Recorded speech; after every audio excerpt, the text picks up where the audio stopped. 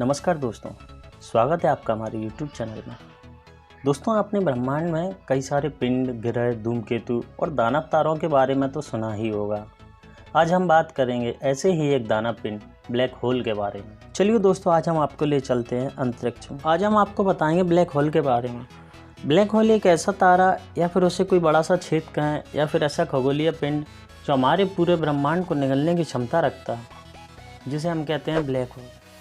दोस्तों, black hole बहुत ही शक्तिशाली ग्रेविटी वाला एक ऐसा खगोलीय पिंड या तारा है जिसके आसपास से कोई भी ग्रह, यहाँ तक कि प्रकाश, लाइट भी नहीं गुजर सकती है।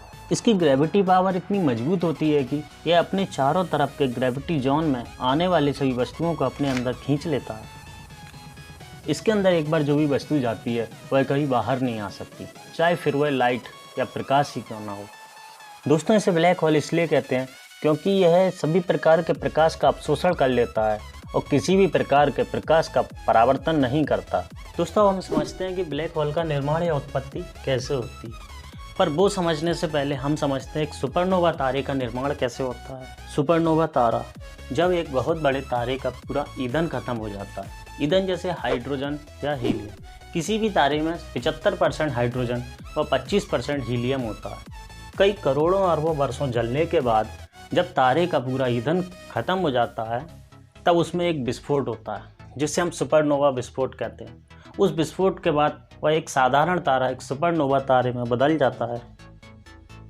विस्फोट के बाद तारे में जो मलबा बचता है वह धीरे धीरे सिमटना शुरू होता है और ऐसे ही कई वर्षों में सिमट कर न्यूट्रॉन स्टार में बदल जाता है। दोस्तों, अगर न्यूट्रॉन स्टार बहुत बड़ा तारा है तो तारे का घनत्व इतना अधिक होगा कि वह अपने ही घनत्व से सिमटता चला जाएगा और बाद में आगे चलकर बहुत ही घने पिंड में तब्दील हो जाएगा और फिर वह हमें ब्लैक होल के रूप में दिखाई देगा। दोस्तों, ब्लैक होल शब्द को सबसे पहले 1967 में जॉन व्हीलर ने दिया था। दोस्तों, अगर हम सूर्य को कंप्रेस करके इतना छोटा कर दें कि वह एक चने के आकार का हो जाए तो वह भी ब्लैक होल बन जाएगा।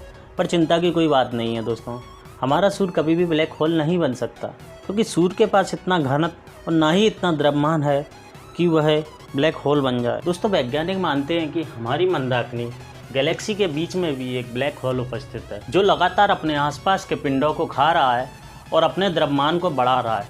दोस्तों, जब यह किसी पिंड को खा जाता है तो इस ब्लैक होल का द्रव्यमान और भी अधिक बढ़ जाता है, क्योंकि उस पिंड का द्रव्यमान इस ब्लैक होल के द्रव्यमान में जुड़ जाता है और यह और भी अधिक शक्तिशाली बन जाता है।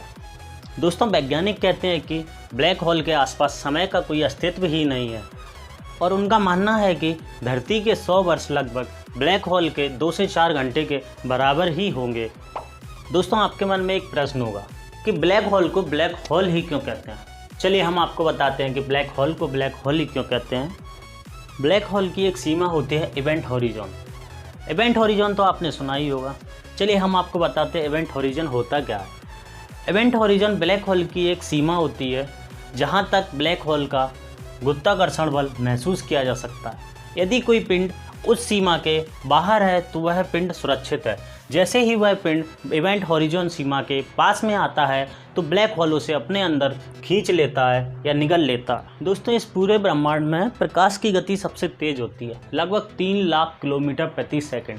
प्रकाश की गति से कोई भी वस्तु तेज नहीं चल सकती। दोस्तों, वैज्ञानिक मिशेल कहते हैं कि ब्लैक होल अदृश्य होता है, पर जब कोई भी पिंड या तारा उसके पास से गुजर रहा होता है तो ब्लैक होल का गुरुत्वाकर्षण बल उसके ऊपर अपना प्रभाव डालता है, जिससे हमें वह पिंड ब्लैक होल की तरफ खींचता हुआ दिखाई देता है।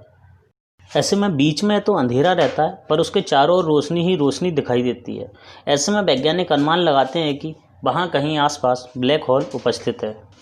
दोस्तों, ब्लैक होल का घनत्व इतना अधिक होता है कि कम घनत्व वाले तारे अपने आप ही उसकी ओर खिंचिए चले आते हैं और उसमें समा जाते हैं।